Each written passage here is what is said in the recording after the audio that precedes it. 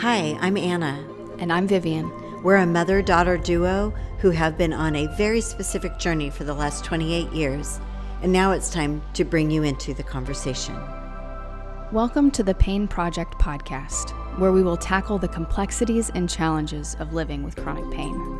Our goal is to see pain unmasked and stories unleashed. Thanks for joining us. Let's get started. Okay, here we are, the Pain Project podcast. We're just going to get this started, I guess, by telling you why we're here and what the whole point of this is. And I think that's an important thing to establish as we're going forward. We've been talking for a long time, and so we know why we're here. But as we've said many times, it's time to bring other people into the conversation. Yes. So this started this specific conversation about maybe trying to start something. We didn't know what it was at the time, but starting something started, I think, back in March. Yes. It was there was inciting incidents. Yes. that occurred. You called me on the phone, Yeah. like we do every morning. Yes. And you said, I had an experience last night. And then you went on to Yeah, share well, I said, something happened last night, I got to tell you. And then you were like, no way, something happened to me last night, I got to tell you too. So, several months ago, there was one evening I went to an event, and there were several things that happened. It was, a great time. We had a great time. But there were a couple things that happened that just spurred on. It was a flood of emotions that came on really, really fast. And so when you say spur, you mean it was really, really fast. Yes. I was sitting there and was listening to some music, and I had a revelation, I guess, that there was a specific point in my life where I had never had more hope for physical healing. So, I've been hoping and praying and asking for healing at this specific time in my life, and I was so hopeful that it would happen. But in that same time, I had never been more disappointed with my life, with God, with the people around me. I was hopeful and disappointed at the same exact time, and I had never experienced it so strongly in my life as it was at that point. And so that night at this event, I realized it was this feeling of constantly chasing after healing and never being able to be happy and satisfied in my own life at that time, because I was, so pausing real quick, because we are Christians. This will be coming from a kind of a faith-based background, just because that's who we are. If you're not from a faith-based background, that's totally okay. You are welcome at this table too. We welcome your perspective and your opinions. This is our experience, so we can only speak from our own experience. So continuing on with what I was saying, I had been praying and being like, well, maybe it's just that next prayer. Maybe if I pray one more time, maybe that will be the time that I'll be healed.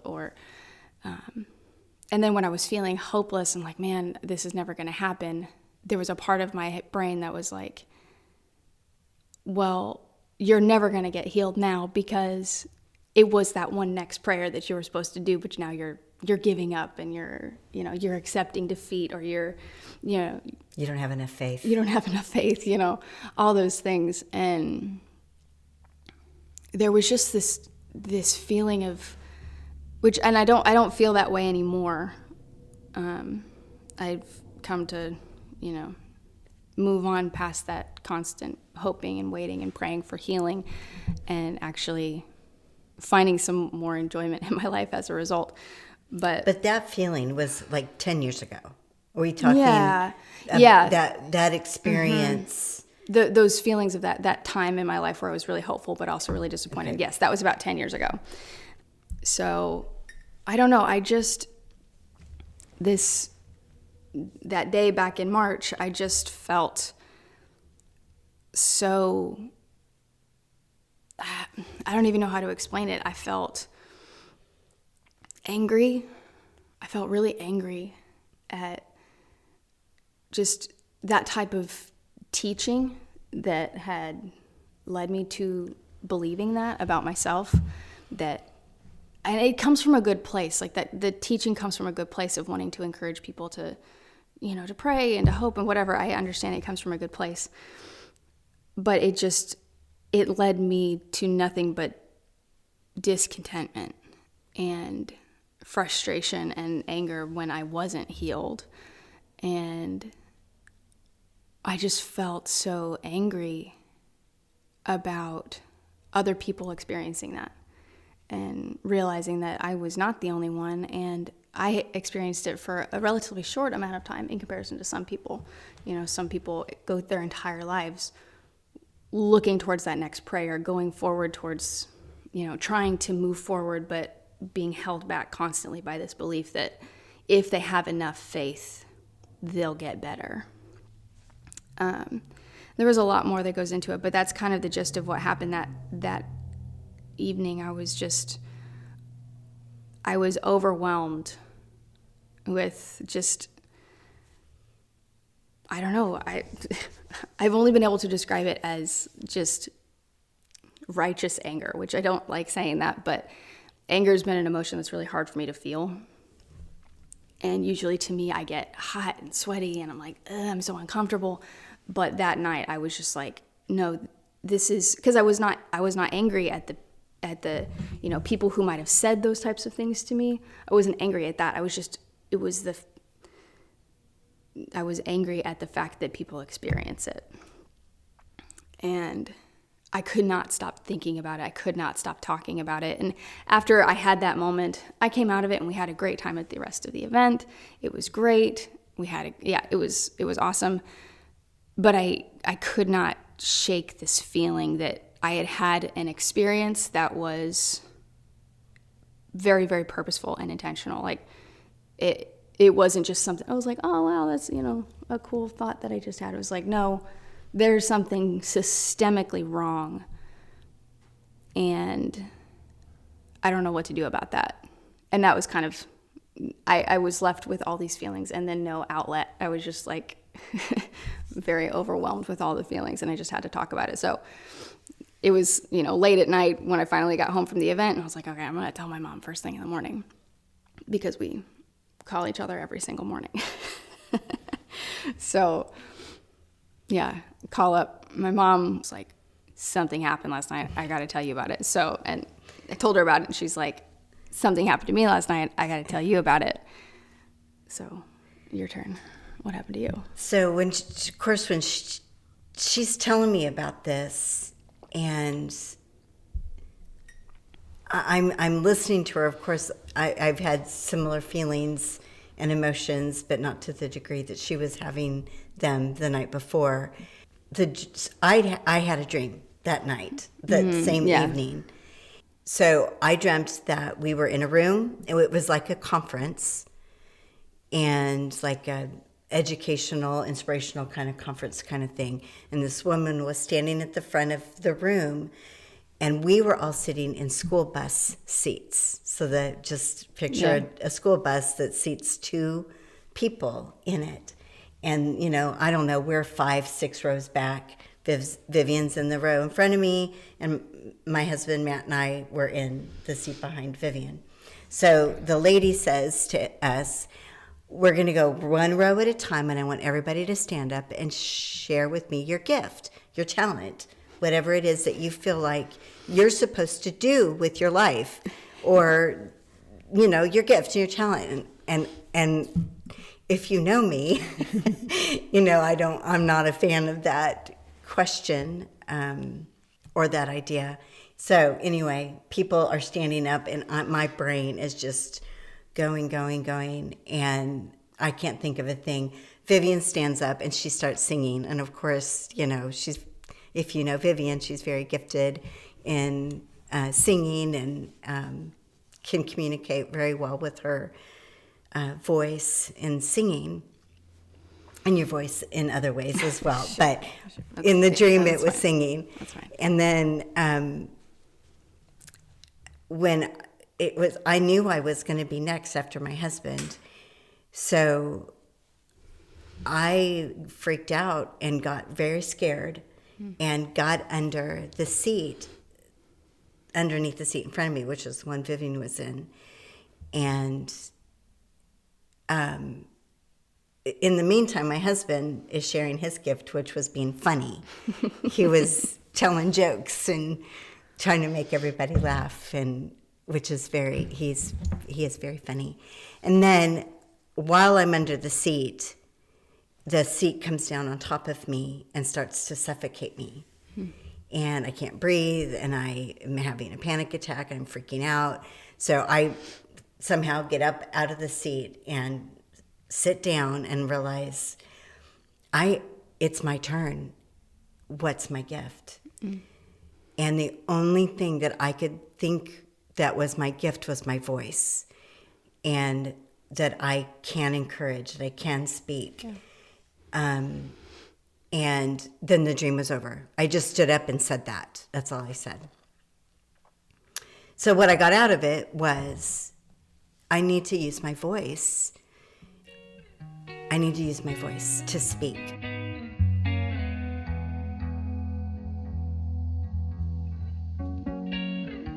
You were working at the time, and so anytime we would talk on the phone, it was in the morning while you were doing your makeup and doing your hair and stuff. So it was a limited amount of time. We're like talking as fast as we can to get as much in as we can. And you had to go, but we ended the conversation with very, very much a feeling of like, okay, this is something different. Like, we need to do something about this. We both kind of had that feeling. And then we've been talking about it every single day since then. Every single day. Sometimes multiple times a day. Yes. And it was just this conviction is that we have a perspective of people who deal with chronic pain, and we have unique perspectives even between each other. And there's so much hurt and pain that has happened just to us. Imagine everybody else. And we need to give people a voice.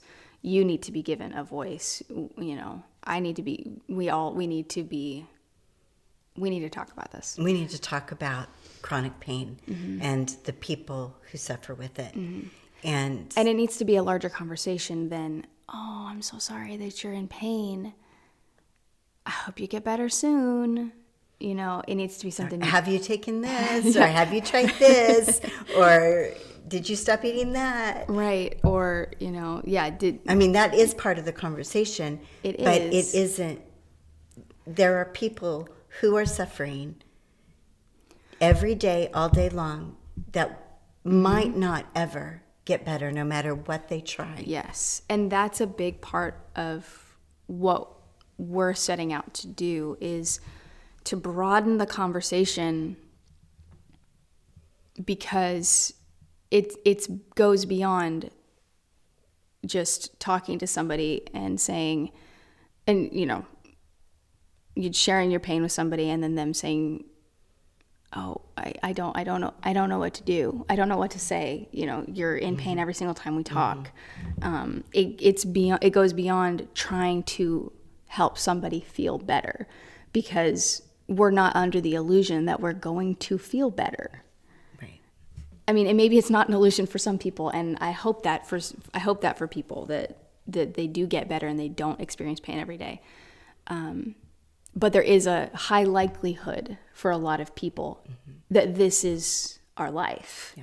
So then, and you and I have gotten that. We've gotten there in our life. Yes. That, Yeah. to some degree. I mean, it depends on the day. I'm always trying to find some way to feel better. So, yes. but I also am not always trying to get out of pain. Yeah.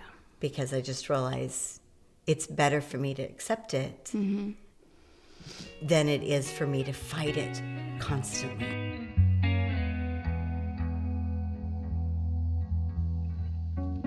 When I was at that point in my life, 10 years ago or whatever, I wasn't living my life. I was thinking, okay, when I'm better, I can do that. When my knees don't hurt, I can start running and I can exercise more and I can feel better and my muscles won't be so tight, and that was a constant or a continual theme. It was like, when I feel better, I will do XYZ. And it halted, and I didn't realize it at the time, but it halted a lot of my life, a lot of my growth, a lot of my just generalized happiness. I mean, forget about growth, just existing just happily, or at least existing sort of contentedly, if that's what we can. We don't even try to aim for happiness. Let's just aim for just a base level. I heard someone say today, we so often live in the future or the past that we don't, even if our present is challenging, if we're not living right today, we're never going to be content, because we're always going to want to be better, when I feel better, and it hasn't happened yet, but this is happening right now. Right. And I think that is part of even what we're doing. Yeah. Let's be right now. Like, because right now, show up for people right now. Right now, we're not put together. Right now, we're, it's 9:15 in the evening, and it's 100 degrees outside, and I'm hot and sweaty, and I just had a coughing fit because my throat is all dry, and I've had a full day. Yeah. Traveled to Tyler today. Yeah. From Dallas. Yeah. And so we're a mess. We're tired. I'm usually in bed, mostly asleep. Yeah. Like this I'm not asleep, but I'm definitely not in front of a bunch of lights and a camera. No. But here we are. We promised we would show up. We're committing to show up, and this is us showing up. Yeah, and that's the whole point of it, and that's the commitment that we're making, is that however it looks, there have been times where we've needed somebody to show up, and that might not have happened. There have been times where it has happened, and we're really grateful for those times and for those people.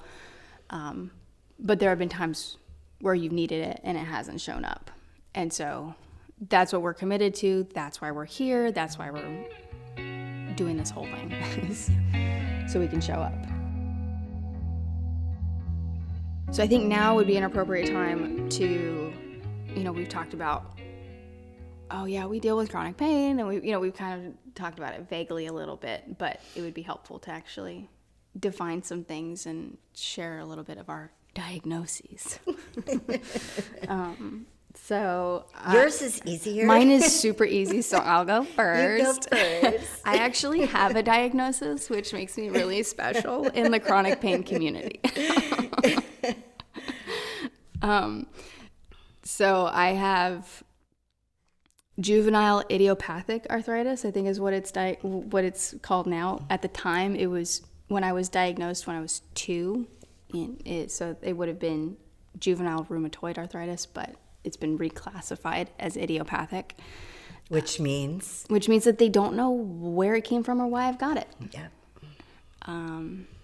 It wasn't because of a sports injury, because I was 2. And we can tell you more how we how we figured out what was going on. Well, I mean, this is kind of how our conversations go. We're just very free form, and you're going to hear our stories more and more as we go along. It's just kind of the way it's going to happen. because as anybody who deals with chronic pain or chronic illness knows, it's all very tangled together. It's not just easy to say, well, this is when it started, and then this happened, and then this happened, and now here I am. It's not as cut and dry as that. So yeah, juvenile idiopathic arthritis. I dealt with uveitis as a child, but that's kind of in remission at the moment, which is great. Which is inflammation in the iris. Yes, which is a common it's a common complication of juvenile arthritis, specifically in young girls. So there's and that. Just if anybody's listening to this who knows about juvenile idiopathic arthritis, hers was polyarticular, which was 5 joints or less were affected at any one time. Yeah, so it was like big toe was where it started, and then my knees and my elbow is kind of where it settled in, both my knees and then my right elbow. And then my jaw at one point kind of flared up for a little bit, and that was real fun. So I've got a lot of joint damage as a result, chronic fatigue, and all that fun stuff. So that's my diagnosis. It's kind of boring at the moment. So sorry. But you see a rheumatologist. I do. What, once a year, every 6 months I do. at this point? I see her once a year now, which is and you've been seeing her for 10 years. 10 years? Or more. No, more. No, more than that, like 12 years. Yeah, 2011. 11. Mm-hmm. Yeah, which is crazy. There's a period of time in my life where I was at the rheumatologist very frequently. We were like besties. I was his favorite patient, obviously. And then in Kansas City? Yeah. And then I was at the eye doctor weekly for a while. So that was really They were threatening steroid injections into her eyeballs. They were like, whatever we got to do to make this not happen. Please. We successfully avoided that, thankfully. But yeah, so that's my diagnosis. What's going on with you? What do you have, Mom? Well, I think mine is just a little bit more complicated, and I don't have any idea of where to start. Earlier in my life, in my early adulthood, I had a lot of female issues, so a lot of pain, a lot of abdominal, pelvic pain, undiagnosed for many, many years. Yeah. And actually, even though I would ask, there was never any answer. And I was in my 20s. So the only answer I got was, you're too young. You're too young to have pain. You're too young to be in pain, and you're too young to have fertility problems. And this was obviously after you. Yes. Because I was okay for the most part. Yeah. I had a few little issues that would pop up in my teenage years. But, I'm not thinking about that. I just wasn't thinking that direction. My legs would hurt every once in a while, but it would go away. I could sit down and it would go away, and then I wouldn't think about it again. Later on, 2000, I don't even know, 2009 is when I started with consistent leg pain, hip pain. The only way I really could describe it at the time was feeling like when I walked, I was walking in mud. So it just took forever. And again, you're going to hear our stories peppered throughout, and it's long and very drawn out. And I am one of those people that need my story. I need to be able to tell my story because I have been dismissed for years, still get dismissed to this day, but was haphazardly, in my opinion, diagnosed with fibromyalgia. And it was almost like, oh, you're in a lot of pain and we can't really figure out why, so I guess it's fibromyalgia. It's fibromyalgia with hypermobility. And I was like, okay. And then they never really wanted to see me again. I've been, functional medicine, trying to figure things out since then. So I would say this is undiagnosed. This is self-diagnosed. How about Sure, that? a little Can we do that? Can we self-diagnose? Yeah, we are not medical professionals No. in any capacity. Do not take any medical advice from us at all. Except for that, we are experts on ourselves. Yes. After that diagnosis, I got severely depressed because my life as I knew it was over. My kids were still at home, and I had a life I kind of wanted to live, and I could no longer live that life the way I thought I was supposed to live it. Yeah. So I got into some pretty severe depression.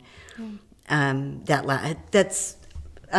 want to say it's over, because I still have I can have some pretty dark depressive moments, but it's not anywhere near that it was, because I've learned. I mean, it's been 15 years. So along with the fibromyalgia, I have chronic stomach pain. What you want to call it, IBS? You want to? I don't know. It's just chronic stomach pain. Interstitial cystitis. Look it up. It's hard to explain. There's several little things that kind of pop up every once in a while in my body. Yeah. But those are and then your most recent diagnosis. Oh. You don't forget. I have degenerative disc disease in my neck. And I went from not having it to being severe. Yeah. Which,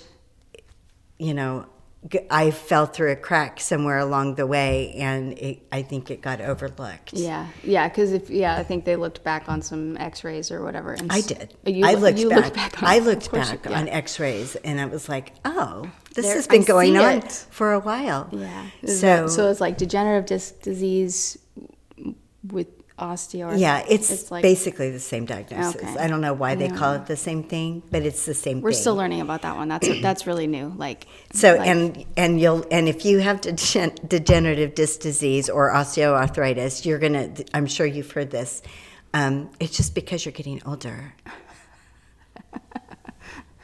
That's our favorite. So you start your story by saying, no, you're too young to have these problems, and now it's like. You're just old now. And I'm like, I never was the right age. You were never the right age. Get it together. Jeez Louise. Oh my gosh. I tell you what.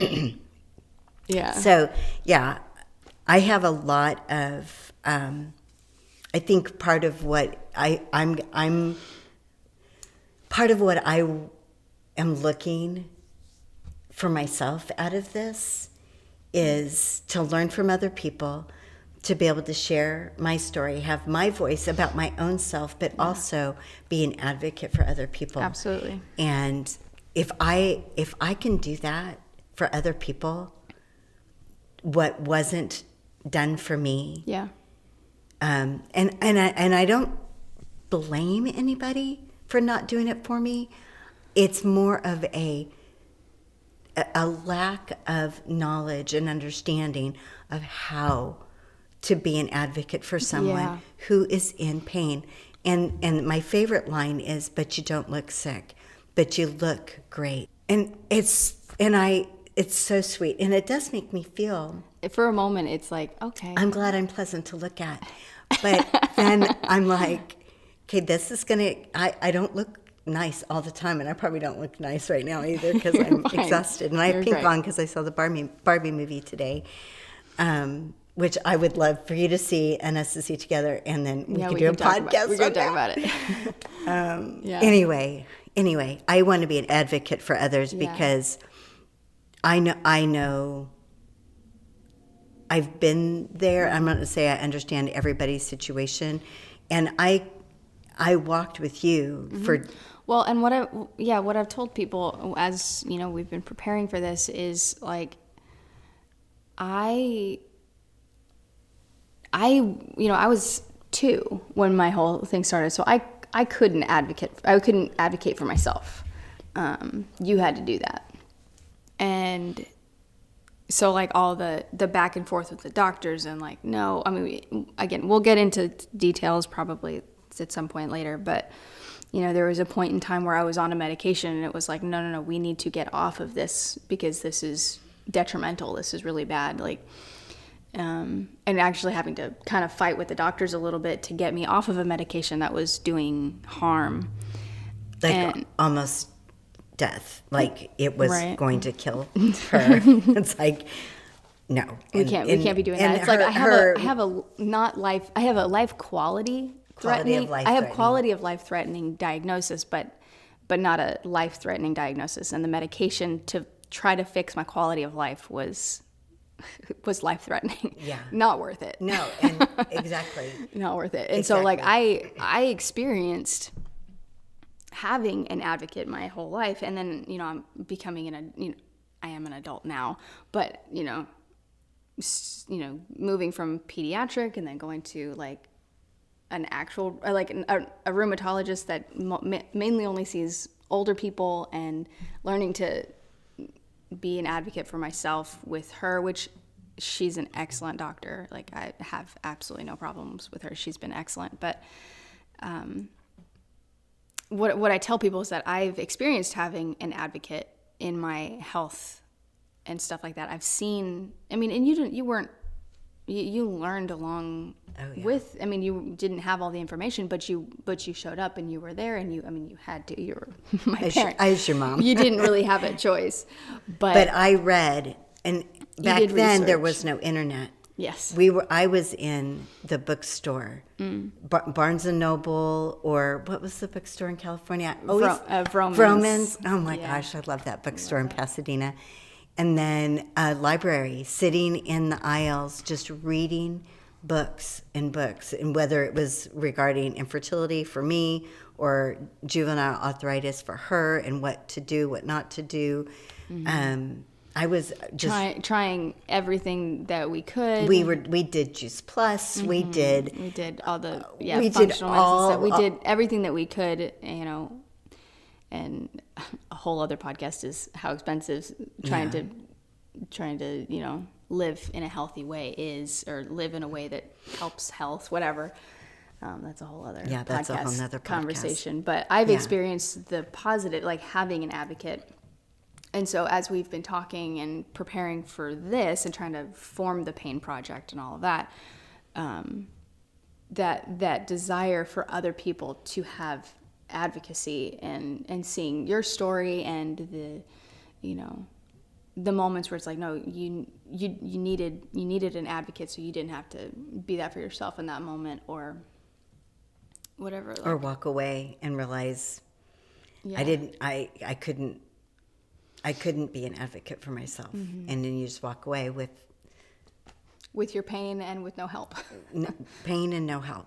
Yeah. And I think you said earlier, and I think this is really, really important, with a diagnosis like juvenile arthritis or fibromyalgia or degenerative disc disease, and there's many more invisible diseases like that might not be life-threatening. Like that might not be the thing that takes your life, but it's quality of life-threatening. Yeah. And that is so important. I think that is what we're fighting for. Yeah. We're fighting for some level of quality of life, so that in this moment we can be content. Are we going to be out of pain? Probably not. Are we going to be just 100% happy? And probably not. Yeah. But can we be content and realize we're here? We've got our beautiful families. There's things that we do have that are good, and we can be. Yeah, and we want to be able to like end the day and say like, okay, I made it another day. I have, you know, what we want to help do is make sure that people can go to sleep at the end of the day and say, I have a support system. I have people who are trying, people who love me, people, you know, they don't always say the right things, but we're working on it, and they're not alone. Yeah. When you are suffering with chronic pain, even if you have a family and friends, if someone, you feel alone. Yeah. It's a very lonely place. And we want to communicate that you're not alone. Yeah. We're not alone.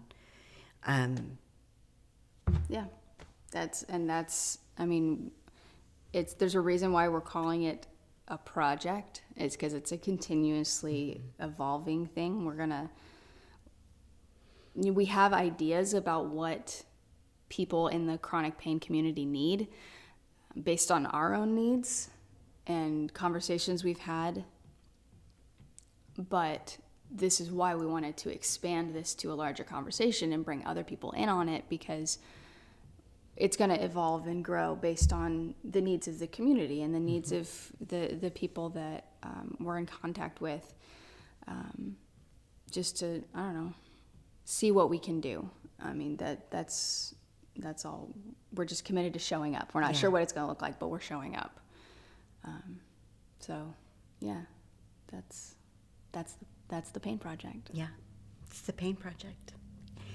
So we do have a little tagline on our Pain Project that says, pain unmasked and stories unleashed. Mm-hmm. And so that the first part with the pain unmasked, that has a couple of facets to it. One, we want to open the book. We want to unmask, take the mask off of pain. Mm-hmm. We want to talk about what it means to live with chronic pain, so that, one, people don't feel alone who also suffer. Two, that people who love people who suffer don't feel alone as well. And then we want to reach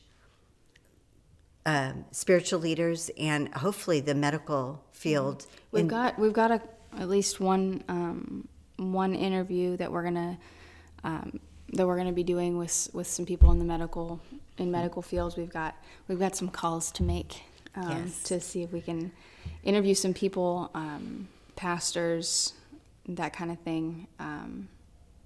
If you know people who might be interested, send them our way. Yeah. But we want to expand the conversation, because the more people are educated, the more people who are open to hearing other perspectives will be able to take that mask off. Yeah.